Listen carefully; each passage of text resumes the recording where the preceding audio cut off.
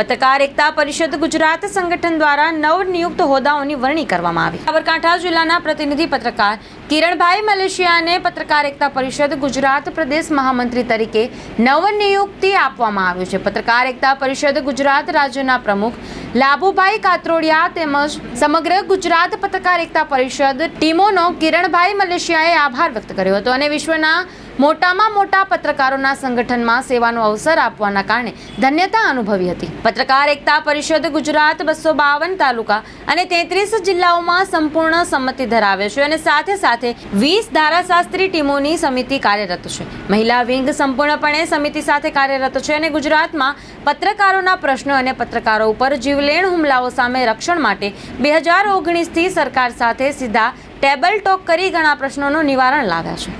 ગુજરાતના પ્રદેશ પ્રમુખ લાભુભાઈ કાત્રોડિયા દ્વારા પત્રકારોના હિત માટે જ્યાં જ્યાં જરૂર હોય ત્યાં પત્રકારોને સંગઠન દ્વારા મદદરૂપ થયા છે અને સંગઠનમાં વ્યક્તિ વિશેષ નહીં પણ સંગઠન વિશેષની એક આગવી ઓળખ આપી છે।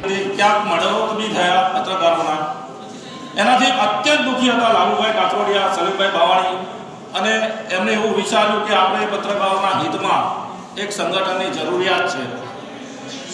આજે આ ચાર મિત્રોની મહેનતના કારણે અને ગુજરાતભરમાં 33 જિલ્લાઓમાં સંપૂર્ણ સમિતિનું નિર્માણ થઈ ગયું છે।